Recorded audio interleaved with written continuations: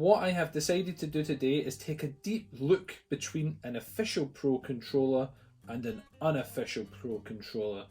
Now, the box on the left is the unofficial controller and the box on the right is the official controller.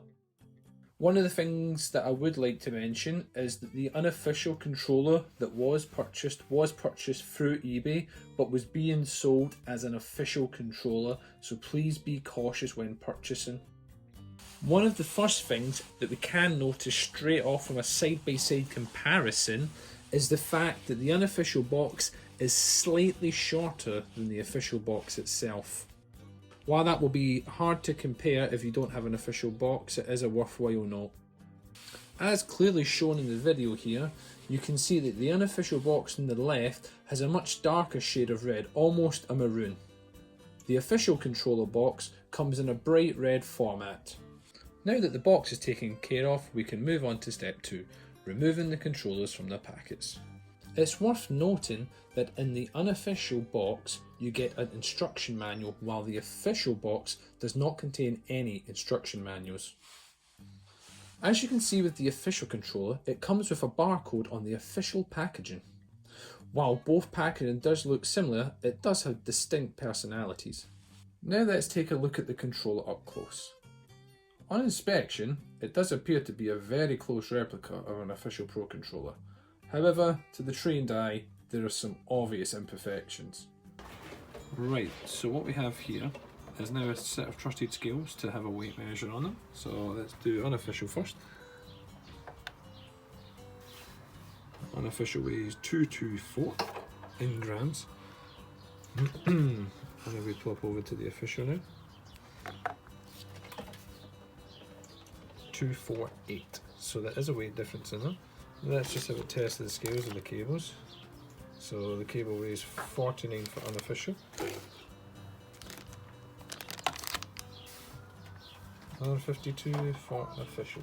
One to take note of is the Joy-Con. If we look at the official controller, we notice a very nice detailed ridge being consistent around the controller, with no obvious changes in consistency or texture. However, on the unofficial controller, it is a different story.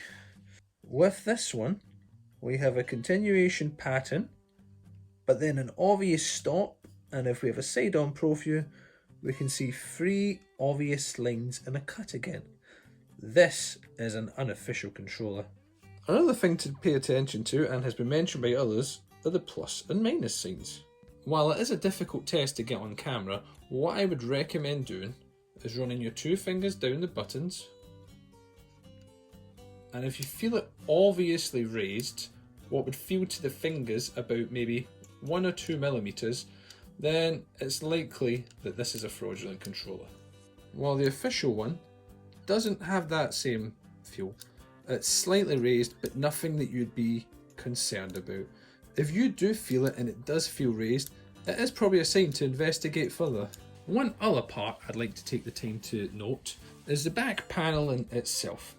While on the third party one, I feel it's always obvious that there's a big divot where your nail can actually sit in the controller. On an official one, it is much more butted together and you would not get that play. Now, let's look at the official one. We can see that it is much closer knitted together without any obvious gaps. Even getting a nail in to test is incredibly difficult. You will find that it should be consistent along both joins. Both are flush and perfectly manufactured. Now you have done all you can to check if your controller is official or unofficial from the outside, but we can gain much deeper insight by just removing a few simple screws.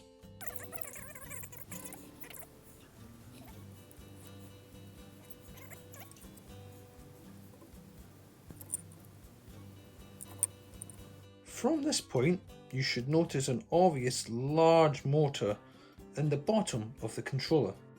This will appear in a full silver format and will have no transparency through to the other side. The transparency I talk about can be seen at the bottom of the controller. You will notice the back panel is held on with silver screws. On all unofficial controllers I have seen to date, These screws are normally black. Now, let's look at the unofficial controller. As you can see, it's took a correct moulding. We can see straight through the controller's side to tell that there is no HD rumble feature inside this controller. And if we tilt it right, we will see a little vibration motor rather than a large one. Now let's deep dive even further. Let's take the back panel off and investigate under the battery.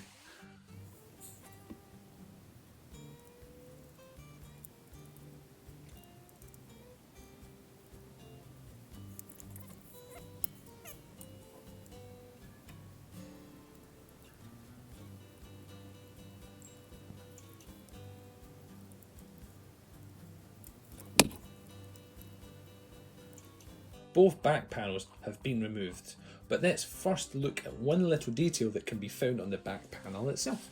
With the official controller, you will notice there is a solid block on the left hand side. While it may be small detailed, this exists on the official one and not on the unofficial one. One thing to look out for on the controller, as previously mentioned, is the top back buttons. On the unofficial controller, you will notice a small spring in copper colour protruding from the left and right hand sides of the keys. As you can see here, the official controller has no spring. While the battery on the official one and the unofficial one do look similar, you will notice a small difference between the official and unofficial one as shown here. Now let's take a closer look at the batteries. Here we hold an unofficial Nintendo battery. Now, while you could go over the fine print and the text, the obvious thing to look for is the clear Nintendo mark missing at the top left hand corner. Now let's take a look at one of the final telltale signs. From this unofficial controller, you can notice 3 obvious pins. You can also notice a dark circuit board with some basic numbering on it.